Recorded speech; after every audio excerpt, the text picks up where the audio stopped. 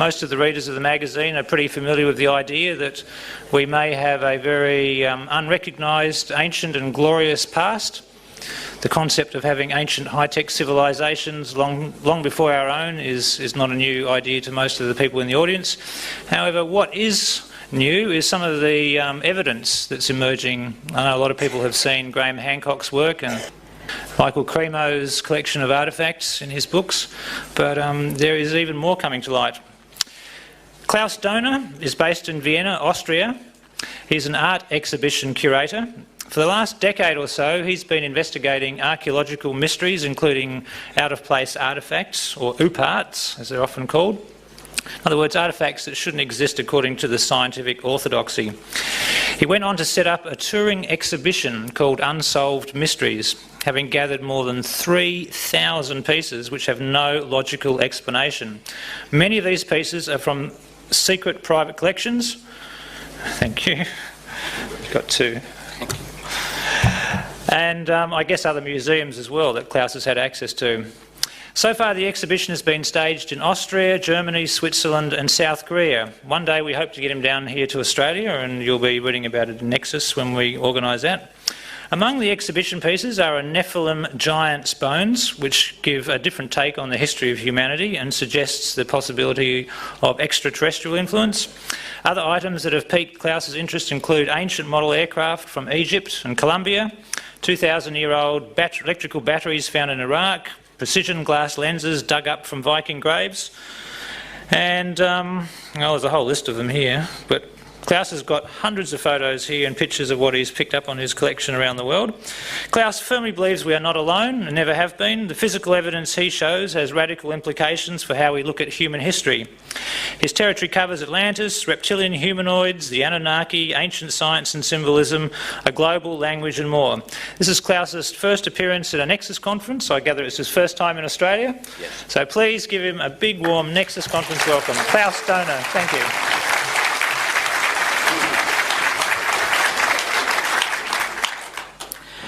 Good afternoon, ladies and gentlemen. First of all, I would like to congratulate and say thanks to Duncan and his group, his staff, because they invited me and made me able to talk to you, and the organization is just perfect. Thank you very much, Duncan. First of all, shortly, I would like to inform you how I came to do to this research. Since 20 years I'm planning and organizing cultural exhibitions from Austria to Japan, and you can imagine how many times I was in an airplane between Austria and Japan. And in the airplane and through jet lag in Japan, I read many books from Deniken, Robert Charroux and many other writers, and believe me, I was the one who did not believe that all these pieces are existing and they are all original.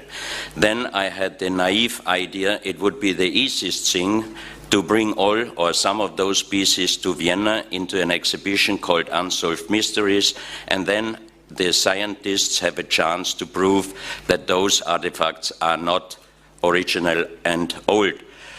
And it put me really into hell, because I found some researchers, some scientists, they did checkings on some of those pieces, and they found out that we would not be able to do the same pieces from the same material in our days, and we could not prove that one of those artifacts was new made.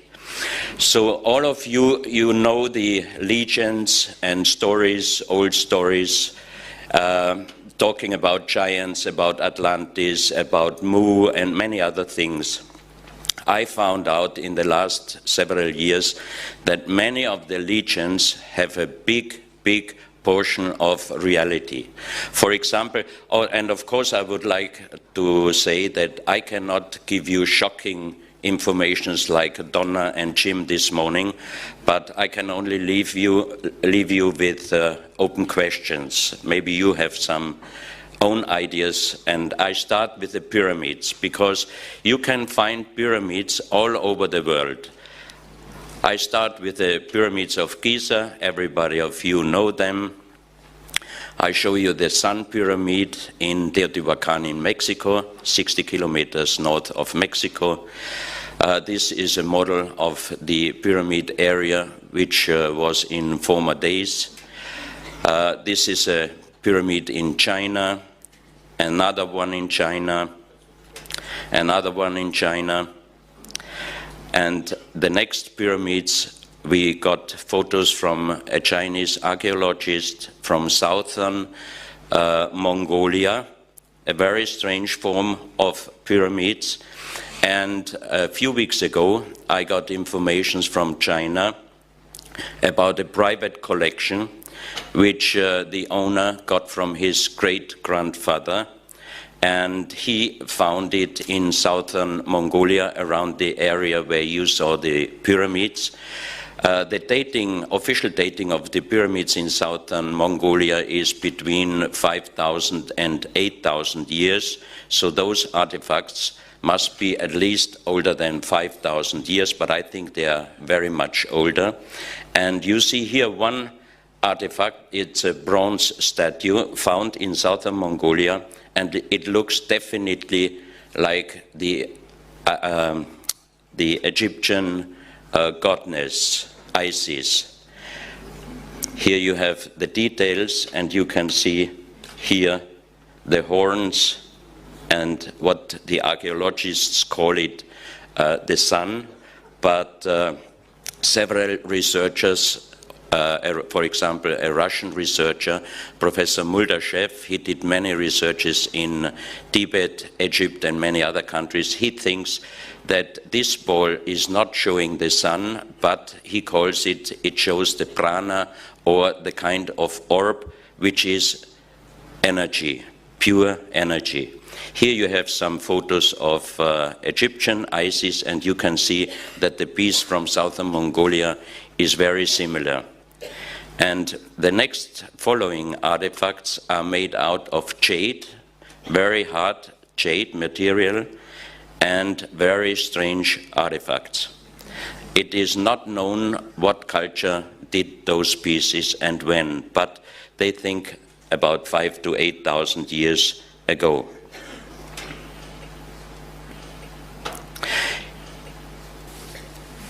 The next pyramid is from Canarian Island, another one, Canarian Island, and another one.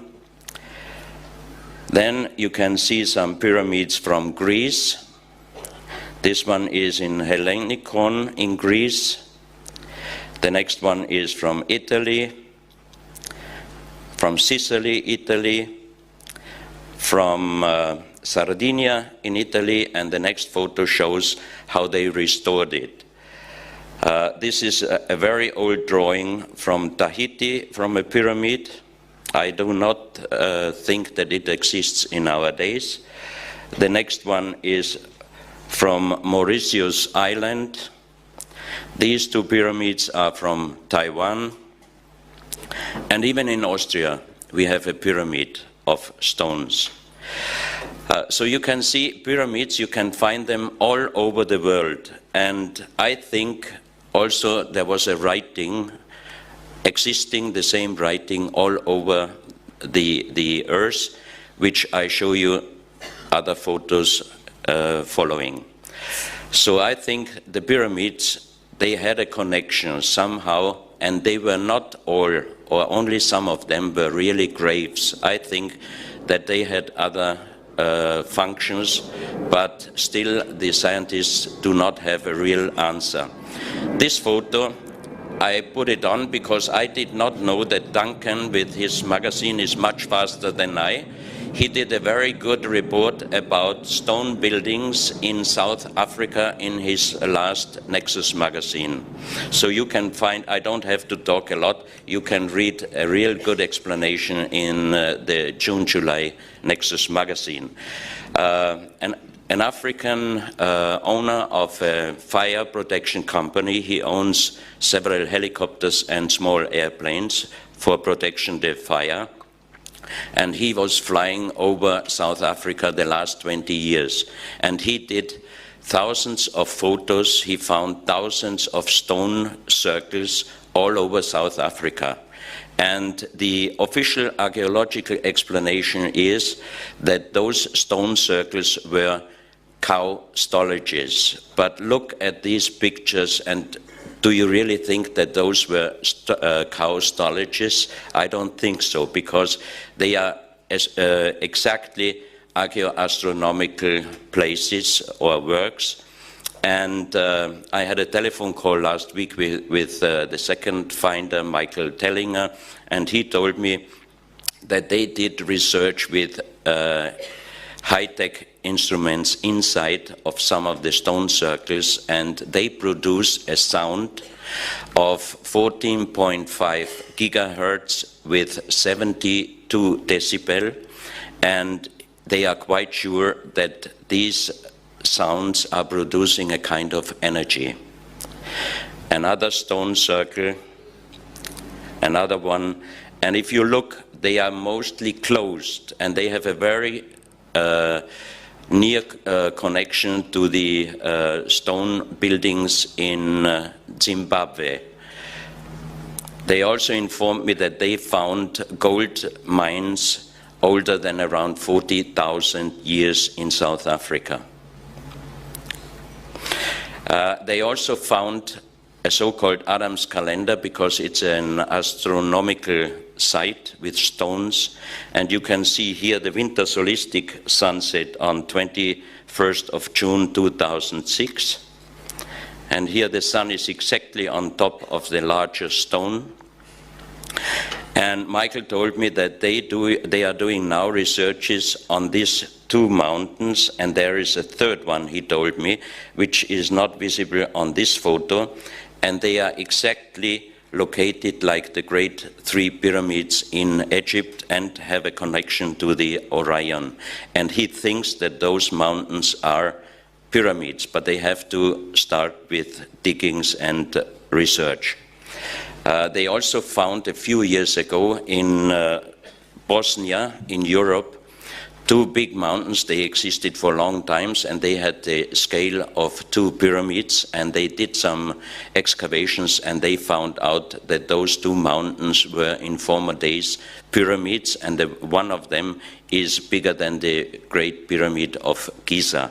The government of Bosnia prohibited last year the further excavations. Here you have the picture of the Adam's calendar and some more stone circles, but as I told you, Nexus magazine has several pages with the detailed information about them. Here, this one I got from Russia. They did an excavation close to Chernobyl.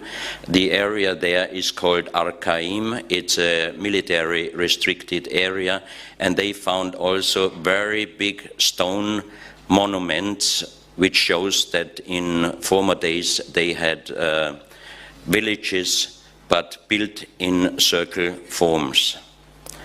And again, another photo from Arkaim, Russia, which shows quite similar stone circle like in South Africa.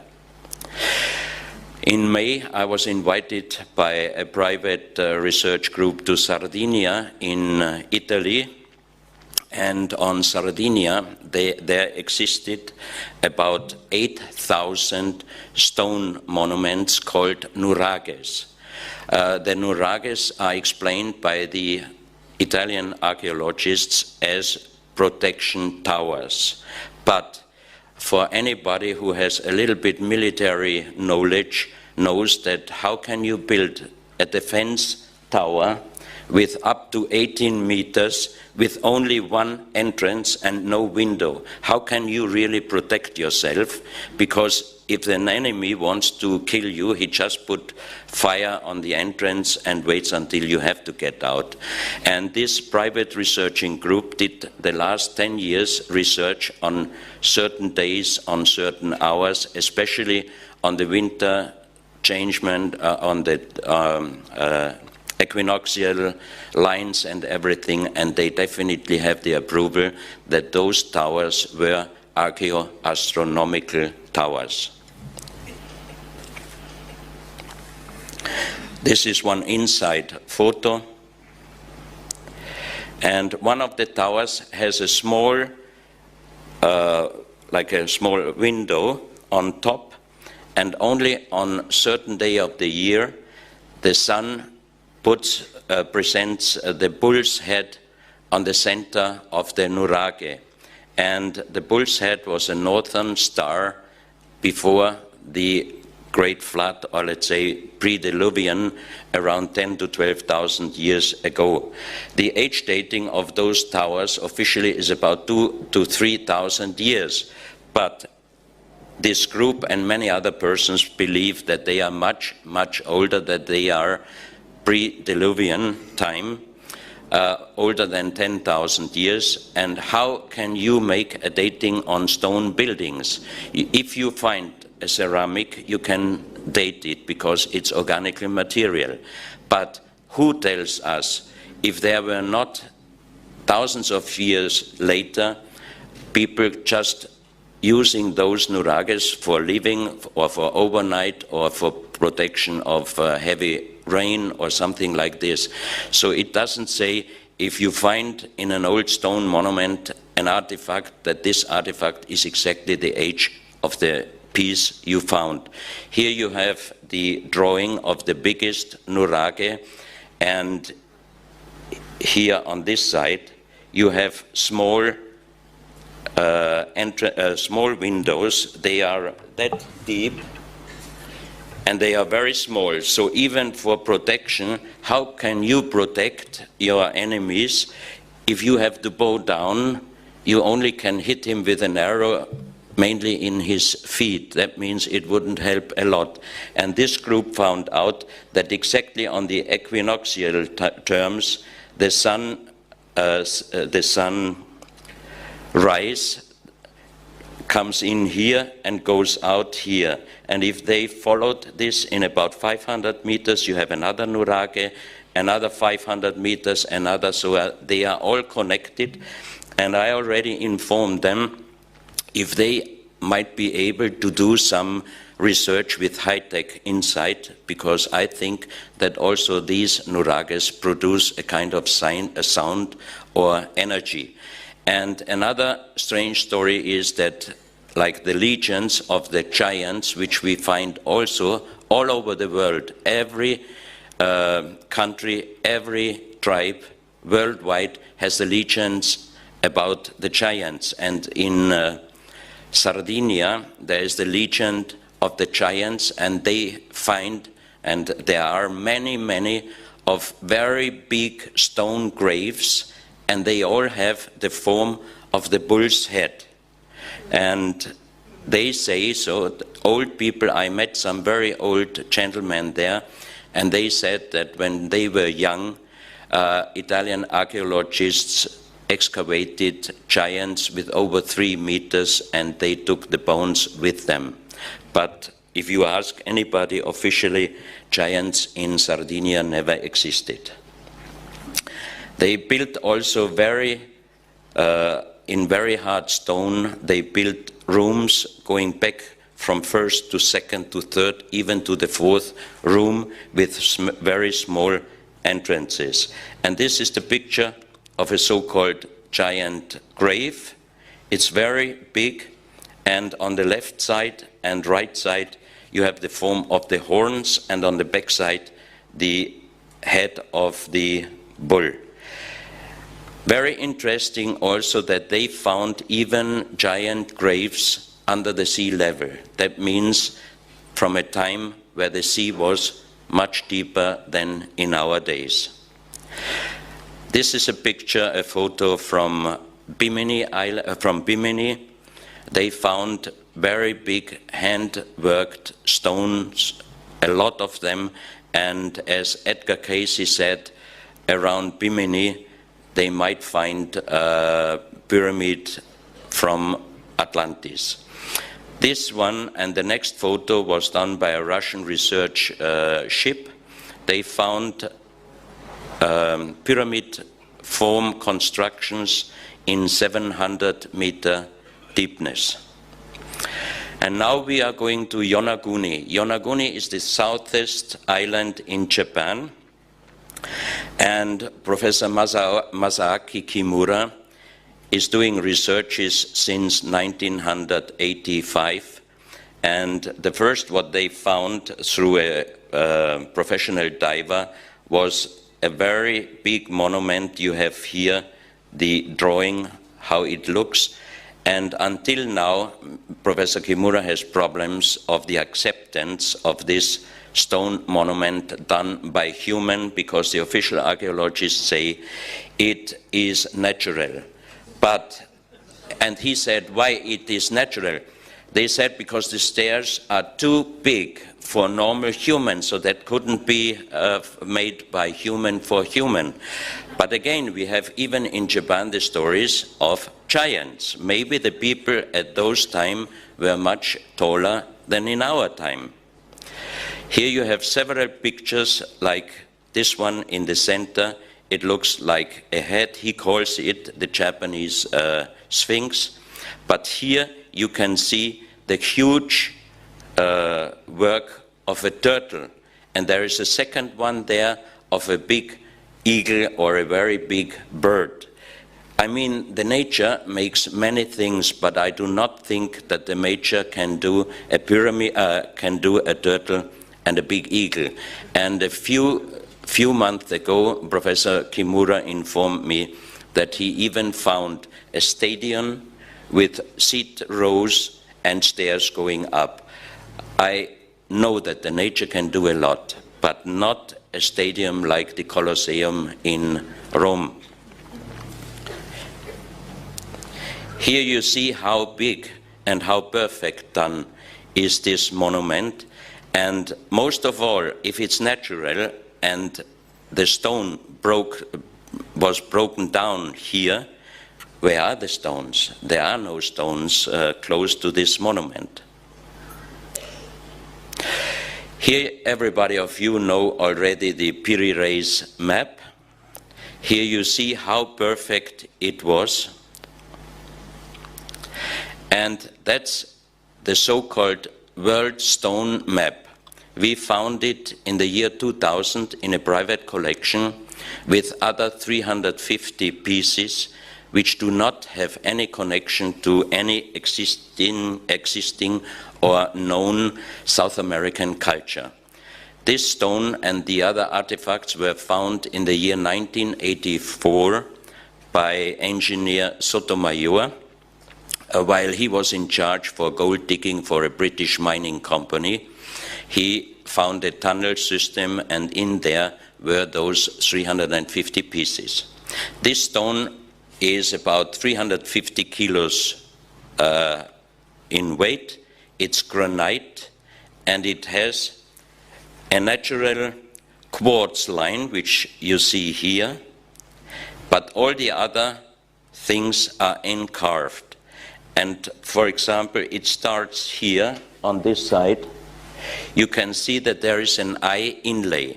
This is the area of approximately Israel or the Near East. From here, you can see Italy, Greek. The quartz line, the natural quartz line, goes over the Mediterranean, enters here into the Atlantic Ocean, and here you have one continent which does not exist in our days, and I think this shows Atlantis. Then it enters into South America, and here is another. This is the Bay of Guayaquil in our days, and here you have another inlay and another one going up, and here is a circle inlay, and that's exactly the place where all those pieces were found. This is also the place where we found the best water which exists on our Earth, because it has an energy, natural energy, up to 1.5 million bovis. Bovis was a French researcher.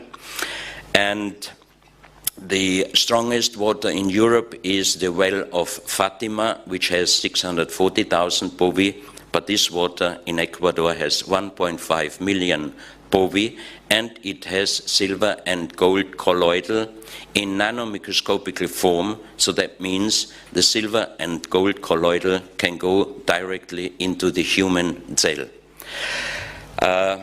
There are many legends that the kings were searching the water of life, and even we had some translations of Sumerian plates, and the translation was the gods were searching the water with gold.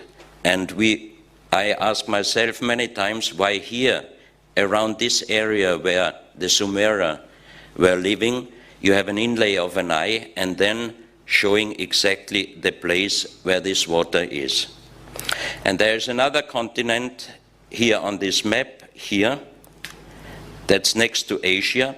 That's from the northeast Japanese island down further than Taiwan. And Professor Kimura told me, and he wrote also a book about the sunken continent Mu, that he thinks, because of his research, that from the northeast island of Japan, now Russia, until far under Taiwan, there once existed a long continent, and you have it here.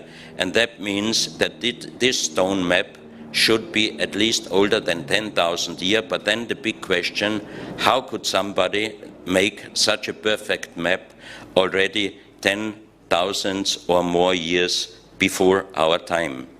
This is a close-up.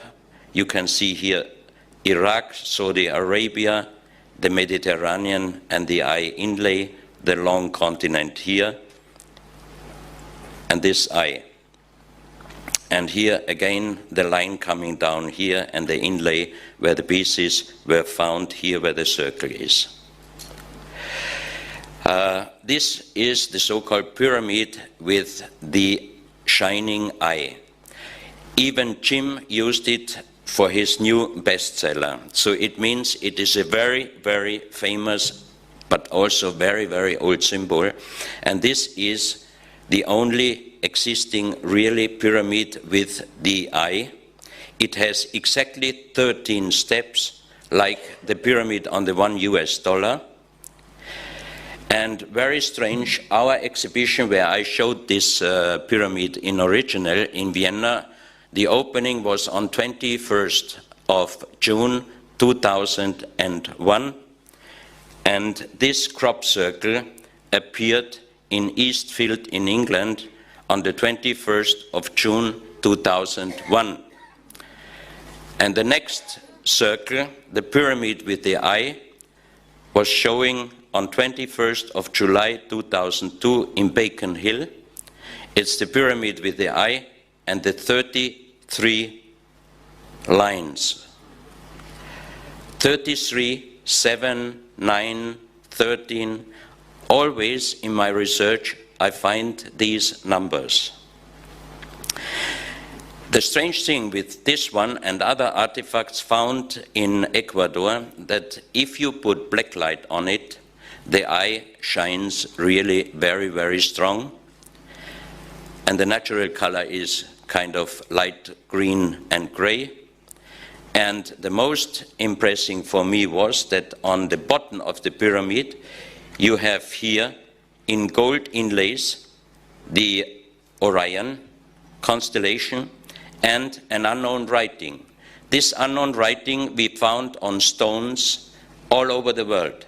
In Ecuador, in Colombia, in Illinois, in Gloucester, France, in Calabria, Italy, in Turkmenistan, in Malta, and Rex Gilroy has some pictures on his website, and I found out that some of the stones he shows with unknown writing presents the same writing. That means there must have existed a global civilization long, long time ago. And there was only one man able to translate this language, Professor Kurt Schildmann. He was the president of the German Linguistic Association.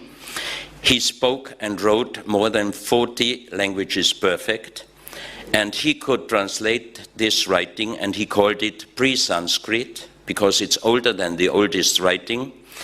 And the translation of these 4 letters on the bottom of the pyramid was the sun of the Creator comes. And when an American professor with his Tuareg friend from Northern Africa, Tuareg, was watching this picture on Project Camelot interview, he was contacting me, and he was informing me that his Tuareg friend was shocked when he saw this writing, because he said it looks like our former writing, and one sentence he could translate, that was sun. And the Tuaregs are on the research of Professor Marcel Homais. He was a famous French archaeologist, and he was writing a book, and he was writing that the Tuaregs, on his research, had a connection to the sunken continent Atlantis. And even if you read the Bible, there is the sentence, until the building of the Tower of Babel, the whole human spoke one language. And we found definitely stones with the same writing all over the world on different continents. And for example, the stones from Glocel, France, they were found already in 1924. So who could have been able to make stones before 1924 and bring them from South America to North America, even to Australia, in the hope that one day archaeologists find it and they break their brain, what could it be? Here you have one artifact from the same place showing how to hold the pyramid. You see here the two eyes, you see the right hand, on the right hand the pyramid, and on top of the pyramid the left hand. On the next stone you see a man sitting on a stone, holding the pyramid, having something flat like a helmet on his head, with a kind like antenna going up to this object. From his eyes, rays are going out, and here you can see two both men or people. And here is the helmet, a flat metal helmet, and here you can see that something was broken away. Maybe this was this helmet, and this antenna was not found there. Another strange artifact is this big cup with 12 little cups. On the big cup you have a perfect star constellations, and we did research with a computer program, astronomical program, and we found two ages fitting these star constellation. One was about 12,000 years ago, and the other one was 0, meaning starting of our 2010 years calendar. So if I would be, if I would like to talk a funny story, I would say maybe this could be the Graal, but who knows? 12 little cups, one big cup. The big one is inside very magnetical, outside nearly nothing. And I talked with many geologists, they said it is impossible. If the stone includes iron material, it must be the same magnetically from both sides. This cup is not. And here you see the perfect star constellation with Orion, Pleiadian, Betelgeuse, and these three big stars are building a perfect pyramid. And also the inlays of the stars are shining very strong if you put black light on it. Here you have small cups, and you can see the numbers. They are looking like the Mayan numbers, but they are different, a little bit different. This is a stone plate with the same star constellation with two figurines, both looking up, and also the eyes and the star constellation is shining under black light, very strong and lightly. This is damaged here. It had the form of a heart. And if you look here, you can see the closed eyes, the nose, the mouth, the long bird, and the long hair, here damaged also. Geologists explained me the nature does not change the color in a stone perfectly on one place from brown to black, so there is no explanation how this black color could have been made. And if you look very sharp to this face, many of my friends, when they saw first time this picture, they said it looks like the Shroud of Turin. So now we have an inlay in Israel, we have a big cup, we have 12 little cups, and we have a hard stone with a face which looks like the Shroud of Turin.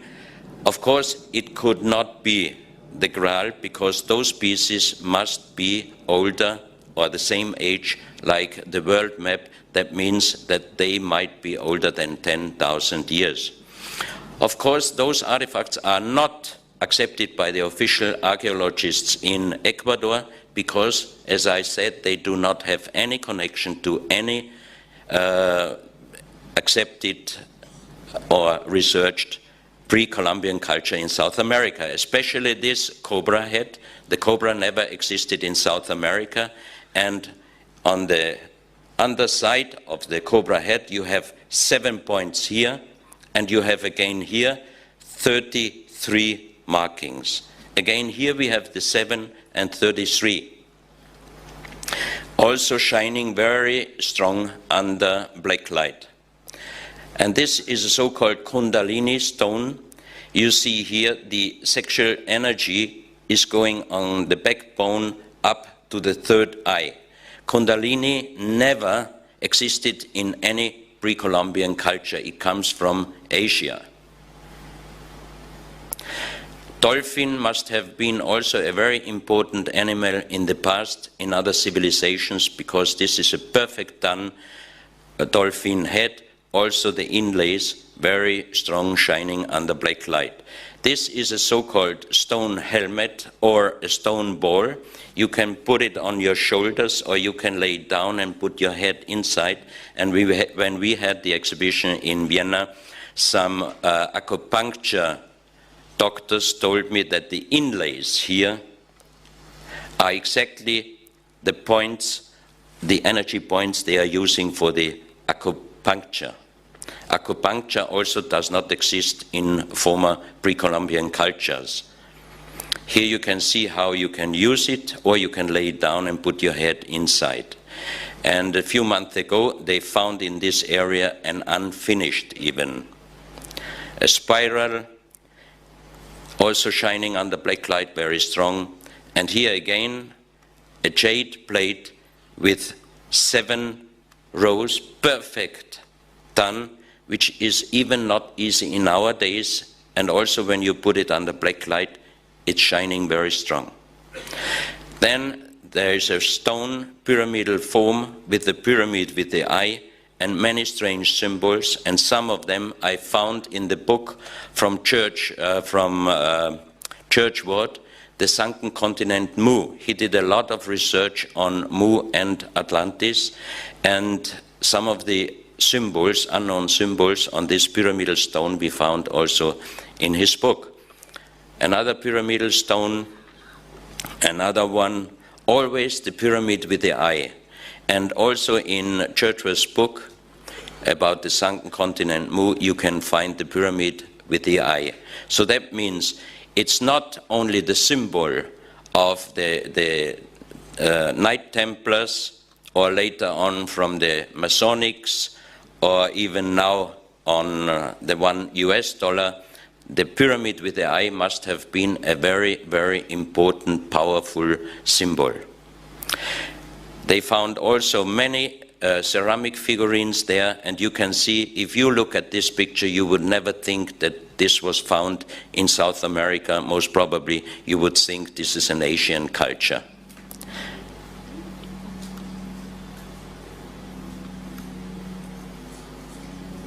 Here presented the third eye.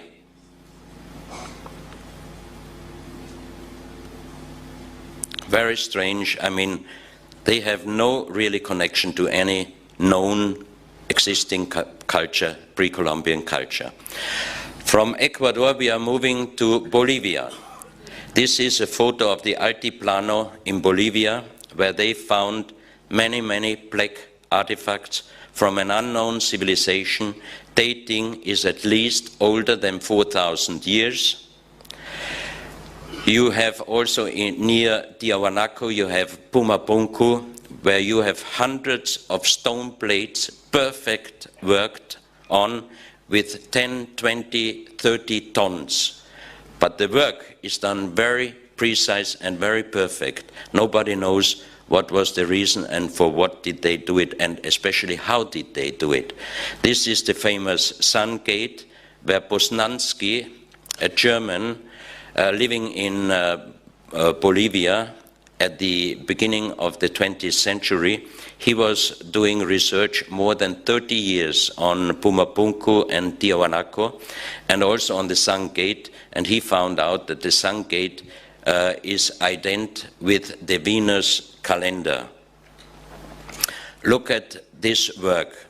How could they do such a precise work on thousands of tons heavy stones with primitive tiles? I don't think that's really possible. The next two pictures are satellite pictures from Salar de Uyuni. Salar de Uyuni is the world's largest salt lake, pure salt, in Bolivia in the height of 3,800 meters. You can see on this photo and also on the next photo that in the salt there are building forms. That means that in the salt, in former days, before there was water, before it was changed to salt, that there were living people there. But now I have always three questions. How comes pure salt water up to 3,800 meters? How long does it take until salt water changes into pure salt? Because in 3,800 meters, the temperature is in the night very cold, and on daytime it is not really hot. And third question is, how old must those buildings be? I think there we're talking at least more than 10, 15, 20,000 years. And that shows us, and that was what I found out, and what is my opinion, that we had several times global catastrophes on our Earth. In this area, they found also 2.5, 2.6 meter skeletons from humans, but they were always bigger than 2.5, 2.6 meters. And you can see that the jaw is much stronger than our jaw. And the most strange thing is that those skeletons, those skulls, do not have any bone plate connection, because we, the Homo sapiens sapiens, we have 3 bone plates and the fontanella. And when the baby is born, the fontanella is very soft, and after growing up, the fontanella closes. These skulls do not have the 3 bone plates. And it's not a single skeleton, there were several of them. That means we have here definitely a different human, like the Homo sapiens or Neanderthal or any known human. But unfortunately, those skeletons are deep in the jungle, and only the photos I received through Bolivian friends, and we have the approval and the agreement with the military. When we are flying there, they will bring us to the skeletons, and then I have the chance to bring at least 1 bone with me, and we can try to do an age dating and a DNA dating. These masks were found in the area of the skeletons, and when I presented these masks in Vienna 2001, I was wondering, because I thought how they can make so wonderful, beautiful masks, but you cannot look through both eyes. You have to look either through the right one or the left one, because at that time I didn't know that those people in this area were over 2.5 meters. And of course, if you are 2.5 meter, your skull is also wider, and your eye view would fit perfect those masks. That's another mask. And another one, very strange symbols on it. And always a snake. On this figurine, you have on top and on the reverse side, you have the snake. And that's one of the animals we find always on very old unknown artifacts. So that means that the snake must have been a very big importance in the past. In our days, as I heard, in Australia you have a lot of very poisonous snakes. This is a stone pan flute, and you can see here where it is damaged that inside the stone is brown, but only the surface is very black like lacquer. And we do not know how they could do this. And the holes are very precise done. And we asked a Bolivian pan flute player in Vienna to make us some sound samples. And I asked also 2 professors to join us to check the kind of sound. And it took him nearly half an hour until he got the first sounds out of it. And later on we found out that every 2 holes are perfectly connected on the bottom. And when he brought out the sounds and we did a check on it, this sound does not connect any known sound, I don't know how you call it, do, re, mi, fa, si, yeah, it does not fit any. One tone was high, deep, very deep, middle, very high, but we found out that these tones have a connection with the brain waves. So I think they might have been used either for meditation or for healing. This is like a boat with 3 holes. And this is very small, and when he tried with the same force, power, to get out sounds of this small flute, it didn't work.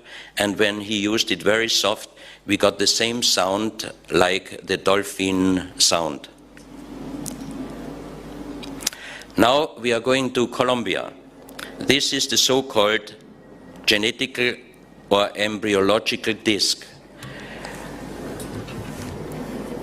I have here the perfect replica of the original, and I leave it later on here on the stage in the break, so you can check it by yourself. This material, we did material check in Vienna. It is lyddite. Lyddite is a very hard stone. It is nearly the same hardness like granite, but it is formed like leaves in the structure, so it would not be able for us in our days to do this and the following artifacts from the same material, because it's just impossible. We did a material check in Vienna, and also the most famous or the most perfect expert did a check on the plate and on the other material, and he told me afterwards, I cannot tell you how they did it, when they did it, and how old it is, but one thing I can tell you, definitely from the same material, we are not able in our days to do the same artifacts. But the strange thing on this genetical disc is that you have things on it which we only are able to see with microscope. For example, here you have the human egg with spermia inside and without spermia. You have here the spermias.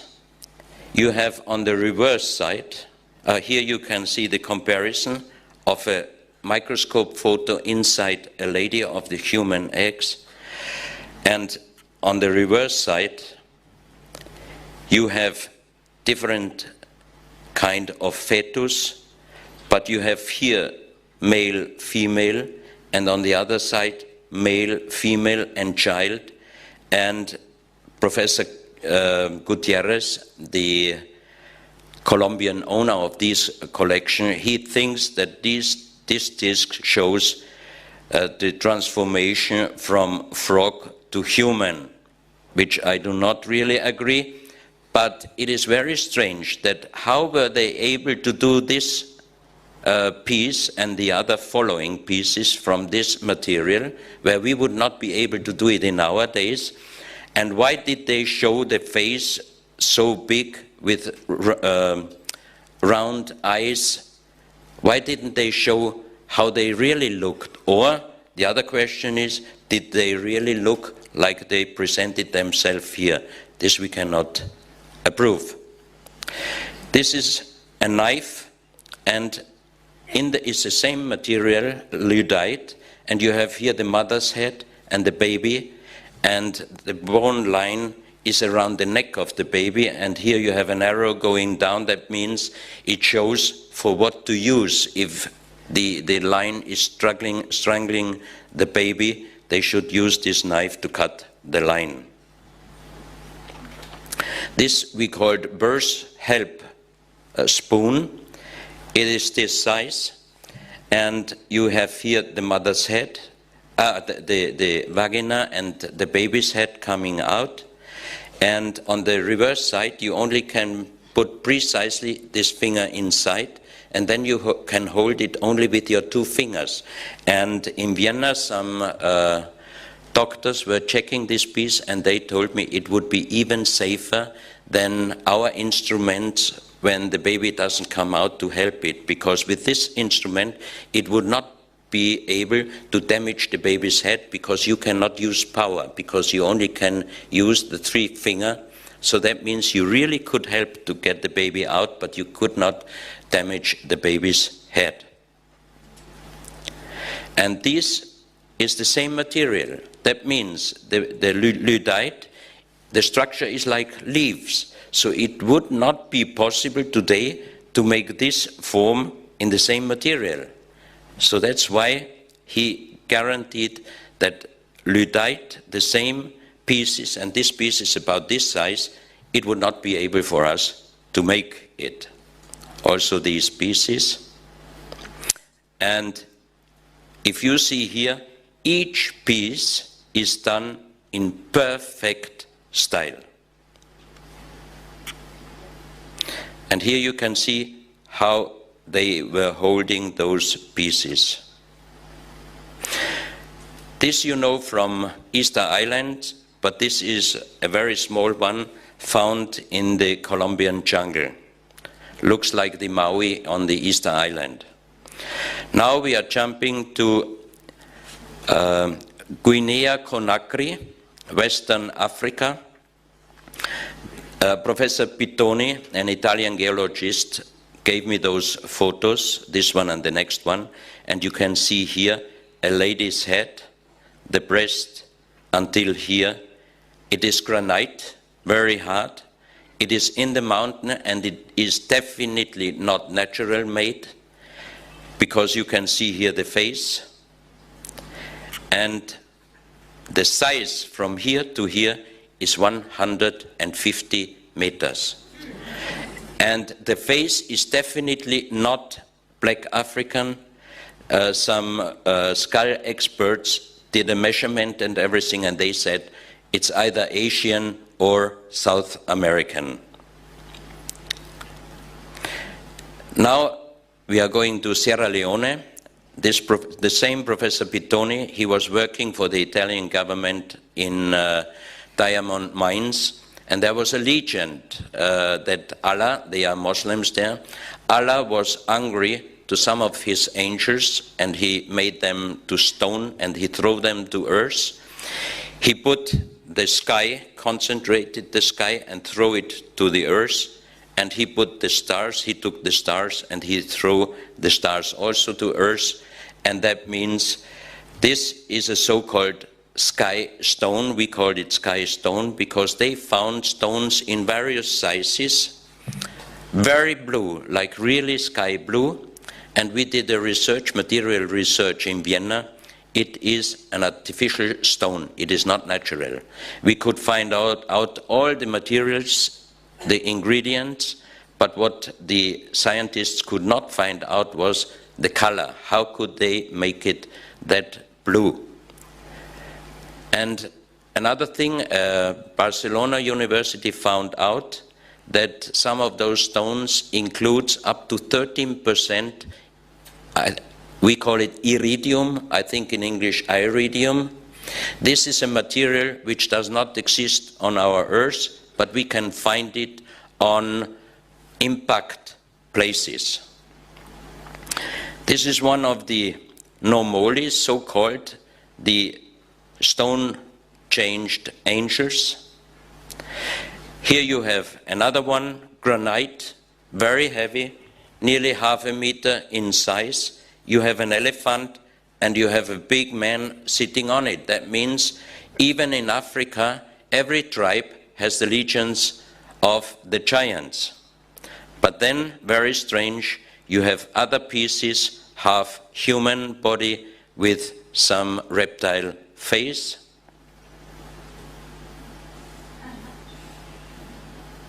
And this is the oldest one. The other stones, always when Professor Pittoni, while they were digging for diamonds, found one of those statues, he always took some organic material from the finding place, and he did always an age dating. The youngest one was about 2,500 years, and the oldest one was this one. He found it in around 50-meter deepness, and it looks like a kind of dinosaurs, and inside this figurine was a small metal ball. And when I got these pieces for the exhibition in Vienna, I brought the statue and also the metal ball to the Natural Historical Museum for research, the material research. Next morning, the professor called me and she said, "Mr. Donner, I think somebody did a bad joke on you." I said, "Why?" She said, "Because I did a material check on the small metal ball, and you know what it is? Chromatical steel. And I know that chromatical steel was found by an Austrian 1904. So I thought, oh, somebody really did a bad joke, but I don't believe that Professor Pittoni makes a joke on me. So I called him immediately and I said, "Professor, we have a big problem. We did a material check on the metal ball." He said, "Oh yeah, what is it?" I said, "Chromatical steel, Professor." He said, "Wow, that's sensational." I said, no, but it's a modern piece because chromatical steel, 1904, by an Austrian. So he was laughing and he said, "Klaus, what do you think? I open a stone, a 17,000 years old stone statue because it makes a strange sound?" No, it did make a strange sound.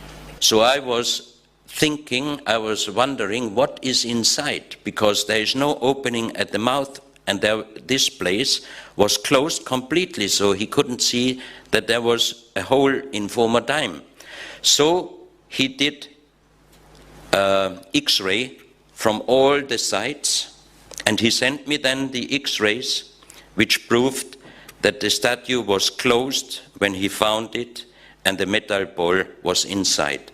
17,000 years approximately, chromatical steel. So the big question, how those people would have been able to make chromatical steel.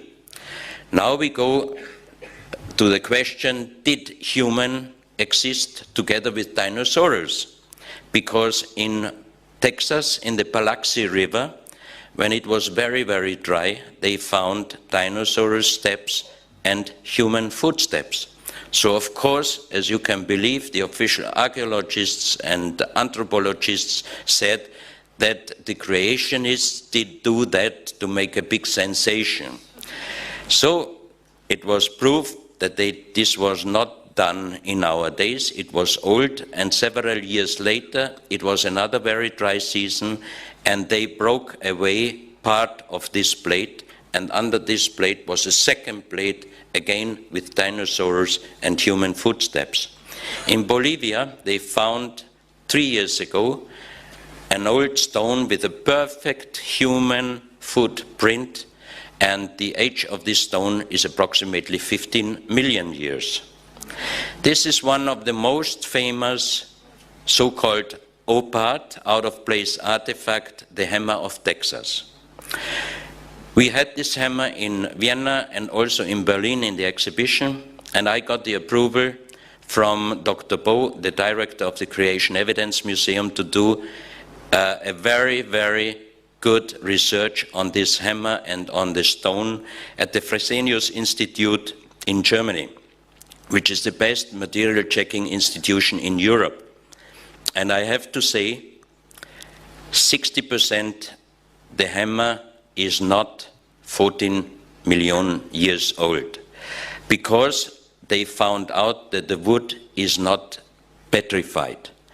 But they found out that the metal is a very strange combination, and they found out that this piece and the second piece, the top piece, is the same material, because many of the archaeologists and anthropologists said that they would have put the hammer inside the stone. No, the stone was inside, the hammer was inside the stone.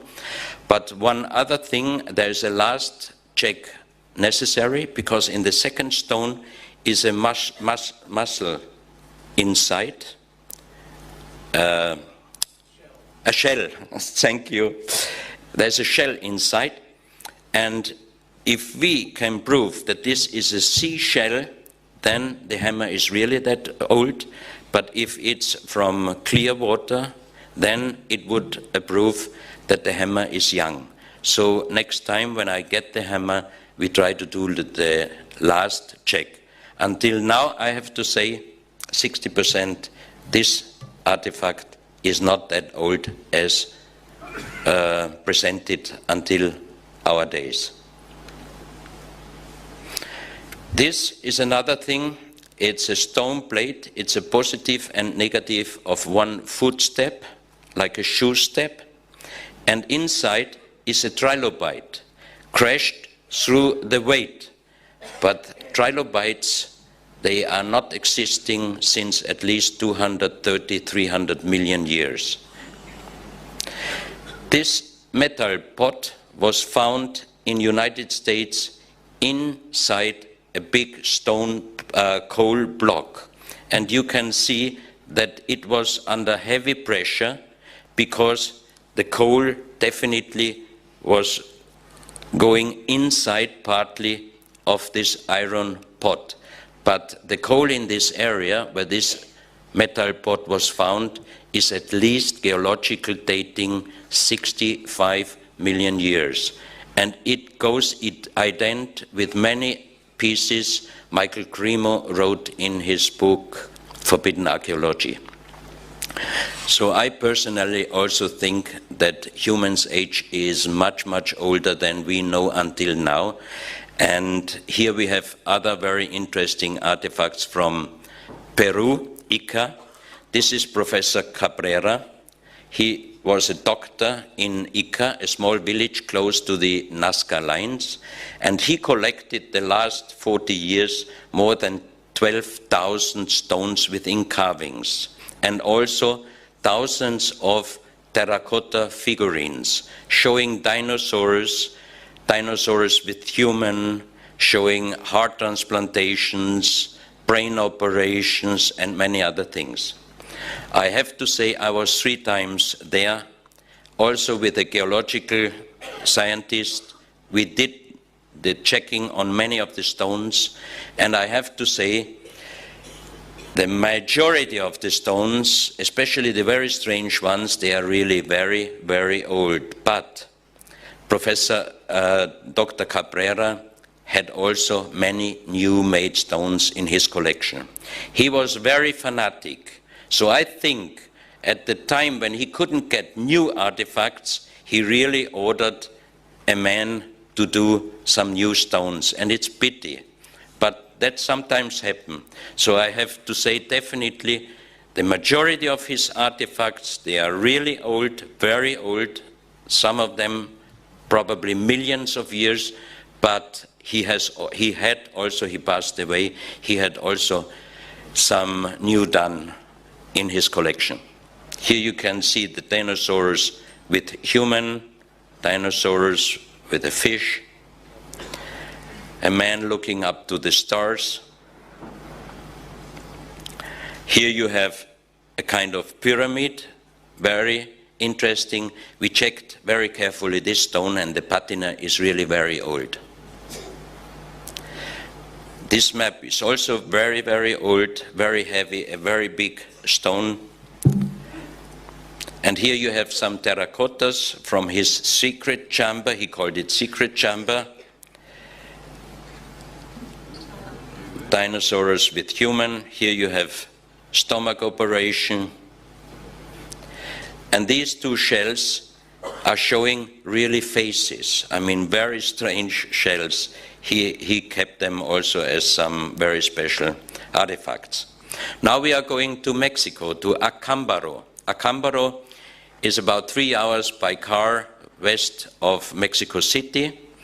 There was a German living from around 1920 up to 1945, and they found on one mountain over 35,000 terracotta pieces, with many of them showing really dinosaurs. And Hapgood did research on it, and 2 other American researchers did age datings in America, and those pieces are between 2,000 and 6,000 years old. So there is the big question, how could those people know how dinosaurs are looking like?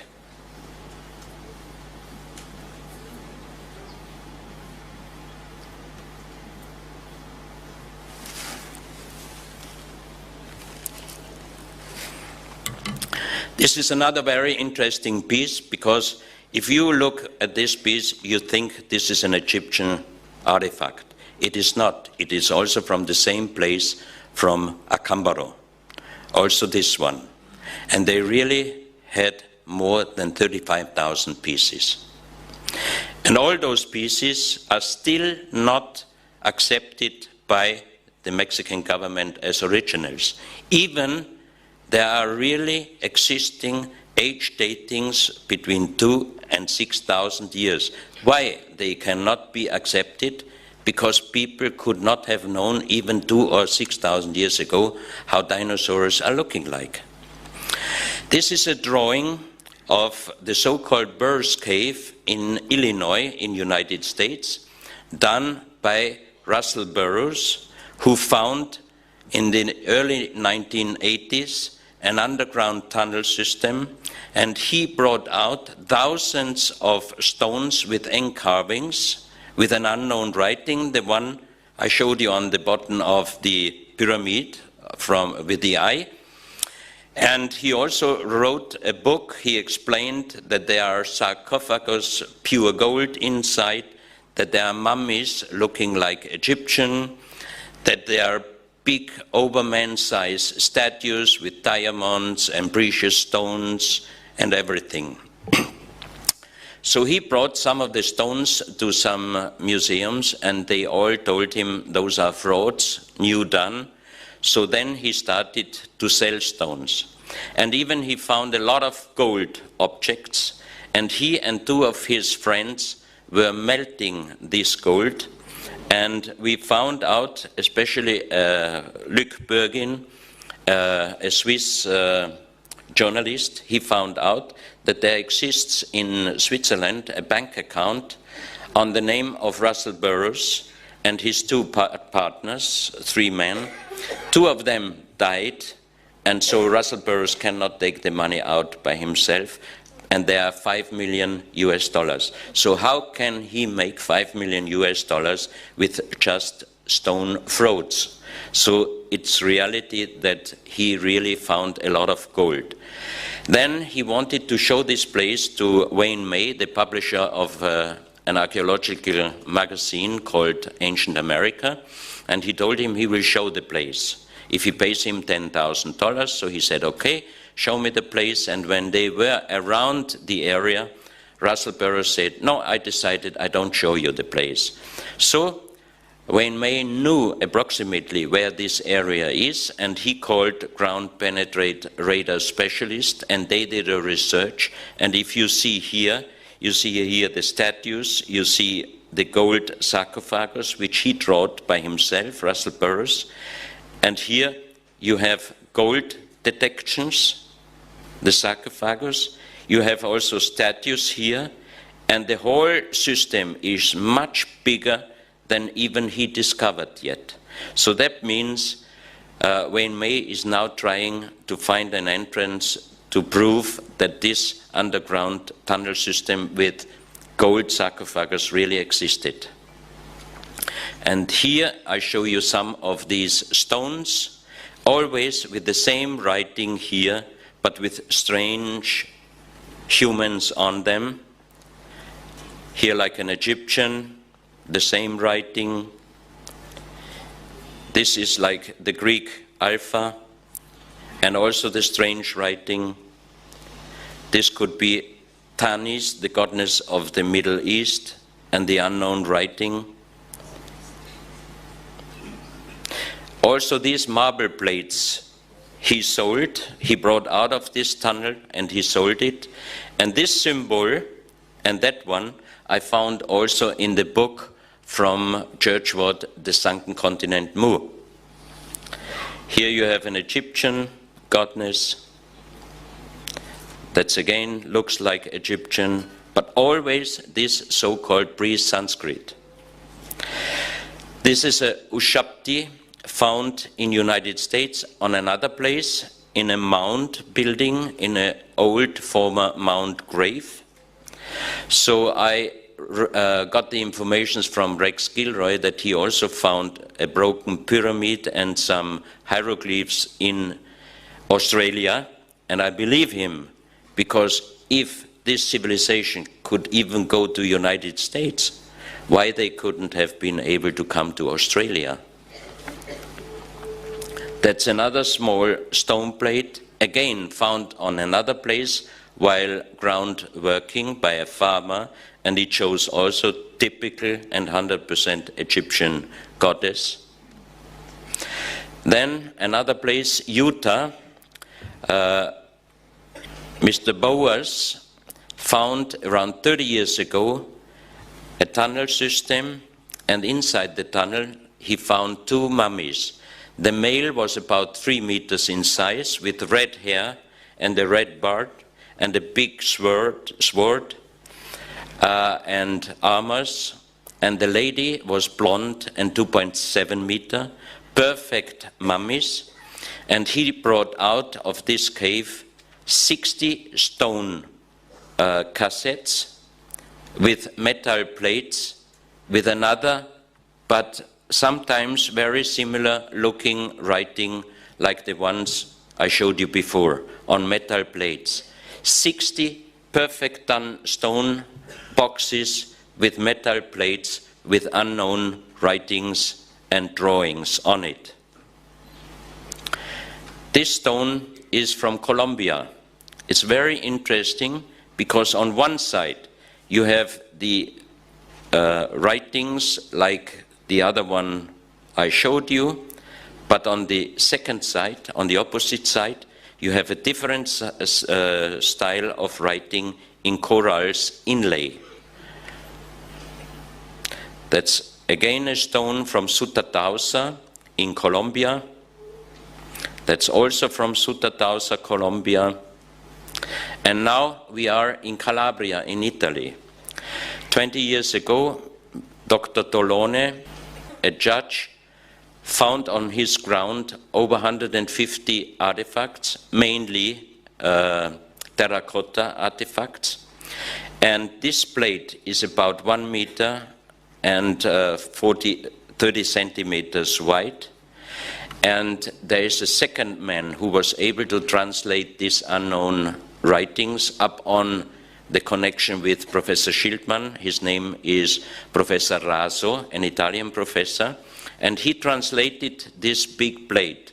And it was talking, the translation was talking about a small stone circle, and close to the stone circle, an ancient elephant, a mastodon statue about 2 meters in size, and in this area there are the graves of the sea kings. And if you read some readings from Edgar Cayce, when he was talking about Atlanteans, he called them the sea kings. So when Adriano Forgione, the publisher of Phoenix magazine in Rome, got this translation from Professor Raso. He went to the area of Professor Toloni, and he found definitely the stone circle, looking like Stonehenge, but much smaller. He found the ancient elephant statue, very much damaged already through the weather. That means it must be very, very old, but you could see on the photos that it was not an elephant, not a mammoth, it was definitely a mastodont. That means it must be very, very old. And with ground penetrate radar, they found also a huge underground tunnel, but still the Italian government did not give the allowance to dig there. So that means if this language would not be able to translate, how could he find upon the translation the stone circle, the mastodon statue, and the underground tunnel system? So it proves that this language is translatable. But in every country, those pieces are modern frauds. They are not accepted by the official archaeologists. And again, many of the artifacts are showing always the sun and the same writing. Now we are going to the story of the giants, the legend of the giants. This skull was found in Peru, and here is a model how this person must have looked like. That also, this is the original skull, and this is a model. These skulls, this photo is from early 20th century. It was done in Malta, Mediterranean, and the skulls were shown until 1968, and then they disappeared. And again, Adriano Forgione, the publisher of Phoenix magazine, went with the Italian television Rai 2 to Malta, and they contacted the ministry, and they got the allowance to film and photograph the skull plates. But the first information at the museum was, we don't have them.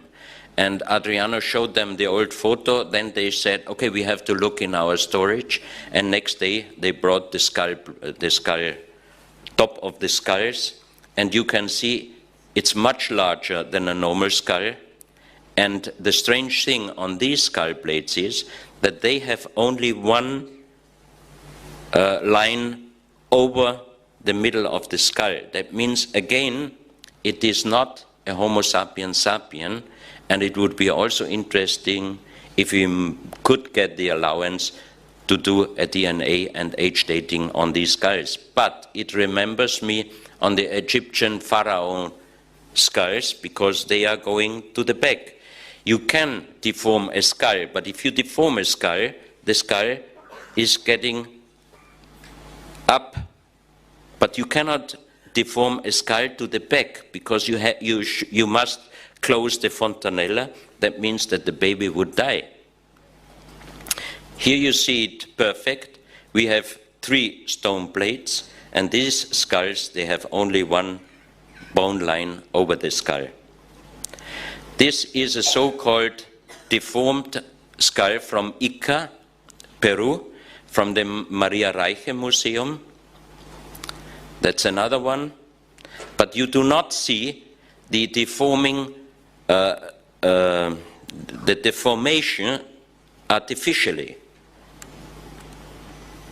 And this, many of the specialists, doctors, university professors, they told me, this is impossible, a deformed skull, because through deformation, you cannot create the double of bone material. And this skull even has hair on top. That means it would be very easy to do a DNA analysis and an age dating, and I also do not think that this skull is a Homo sapiens sapien. Look at those strange skulls. And they were all found very close to the famous Nazca lines in Peru. Here we go to the story of the giants. This is a footstep from South Africa This is Professor James Hurtak, a famous researcher, and he did a real good research, and also other scientists, and they say this is not human done, it is not natural, it is a real footstep. But here you see a normal human. I show you later some bones of a 7.6 human skeleton from Ecuador, and up to 10 meters, Professor Muldashev reported me from Tibet. This would be the shoe size of this giant. It would be number 177. It was 130 centimeters long. These three footsteps, the Russian eye doctor and researcher Professor Muldashev went to northern Syria because he got the information of three giant footsteps, where of course the official archaeologists are saying this is human done for some kind of ceremony. So he went there with 5 different scientists, archaeologists, geologists, anthropologists, ethnologists, and they did a check on those 3 footsteps. They put even water inside to check if you go with 2 foot inside a weak material and you make a step ahead and you want to go back out of it, you have to put your weight on the heel, and you can see here that it is perfect done. So they took also some material from this so-called stone with them, and they did in Russia a material check, and it was definitely cement. Here you can see how big this footstep was. Also, they did a measurement, and they said this human must have been at least between 6 and 7 meters. Here you have bones. They were found 1964 in a small valley in Ecuador. There was a part of a mountain breaking down and some broken bones were shown off. So the people there were very anxious, and they called Father Carlos Vaca. He was working in hospitals, and he knew how human bones are looking like, and he saw that these were human bones, and the measurement gave him the size of 7.6 meter. This bone I got from his family, and we did the research in Vienna, and it's definitely part of a human heel bone, but the specialists told me, yeah, but it looks exactly like a human heel bone, and it can be only a human heel bone, but it's impossible. I said, why? They said, because it's 5 times bigger than ours. It would be at least 7.5 meters. This is the other side. This is a part of the nose bone, and this is so-called os occipitale, which is under our skull, is usually this size, and the one we brought from Ecuador is at least exactly 5 times bigger. And there exists reports from ancient history, from Chiesa de Leon, from 1573. He wrote, "Today we found at the coast of Esmeralda several human skeletons, and they were 5 times taller than we." That means the people at this time, they were about 150 centimeters. If you multiply 5 times, you have 7.5 meters. Then we found these eggs in a museum. It is called ceremonial eggs, but you can see even here where it was roped. And it is 70 centimeters, granite, very heavy. And again, we did the measurement with an existing normal stone eggs, and 5 times taller, you are again exactly at 70 centimeters. That's another very big stone eggs from Ecuador. The next photos are showing 2.6 meter skeletons from Utah, United States. And here we have the crystal skulls. This one was found in Guatemala, and we did a research in Vienna with Dr. Distelberger, the expert who checked us also the genetical disc. And after several hours, he told me it was done with a very sharp instrument out of the block in a raw form. Then it was done with quartz sand, because he could find some scratches on the skull. And then he said he thinks that they polished it with leather, which must have taken also a long, long time. And then he said, I cannot say how old this skull is, because the crystal itself is millions of years, but I can say this skull must have been long, long time under the earth, because here he could find some corrosion, and he said this corrosion does not come not earlier than 500–600 years, but I think it's even older. So that means that this crystal skull is a really old Mayan crystal skull. This one is from Peru. This is a Mongolian skull, and when I had it on display in Switzerland, Nina, a Russian shaman, came, and it was the 11th of November 2004, and she got from this Mongolian crystal skull the information: in a few days a big wave will kill hundreds of thousands of people. And you know that on 26th of December the big tsunami in Asia happened. So I have to say, I did not believe in many things, especially when I heard esoteric things. I said, oh, leave me alone, esoteric people, they all dreaming and so. But in the last 10 years, I changed a lot, because I had experienced that many times my hair was just going up like this. And I know that there are many things between heaven and earth which we do not know, but many of you, I'm quite sure you know. I don't know. I just show the pieces. That's from Ukraine, that's from northern Italy, that's from China.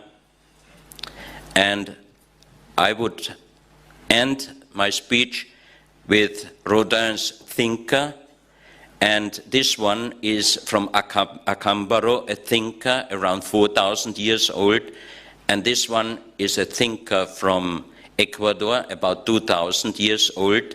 And that's what I have to say. I cannot give you an answer. I just showed you and explained you some things, but now I give you the chance. You can think about it, what you saw, and you can make your own mind. There is no really answer until these days. Thank you very much.